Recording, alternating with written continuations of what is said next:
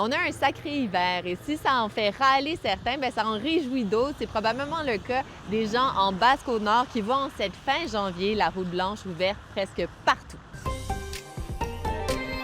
De Kegaska à Rivière-Saint-Paul, le champ est libre pour les motoneigistes. Il y a seulement le tronçon entre l'île d'Arrington-Harbour et le continent qui est fermé pour le moment. C'est une bonne nouvelle parce qu'au fil du temps, la route blanche ouvre de moins en moins longtemps. On sait que les changements climatiques mettent en danger cette façon de voyager. Ce que vous regardez, c'est le nouveau centre technopédagogique qui a été dévoilé au Cégep de Bécomo aujourd'hui. On y retrouve un studio d'enregistrement audio et vidéo, un comptoir numérique, une salle informatique, des casques de réalité virtuelle et en prime des conseillers qui savent utiliser tout ça. Pour être à la page de cette façon, le Cégep a investi 400 000 $.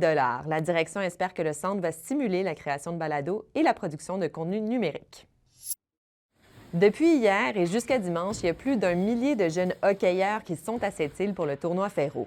L'organisation accueille cette année 75 équipes, toutes catégories, de partout sur la Côte-Nord et même du Labrador. C'est d'ailleurs la dernière fois que l'Aréna Conrad-Parent accueille le tournoi.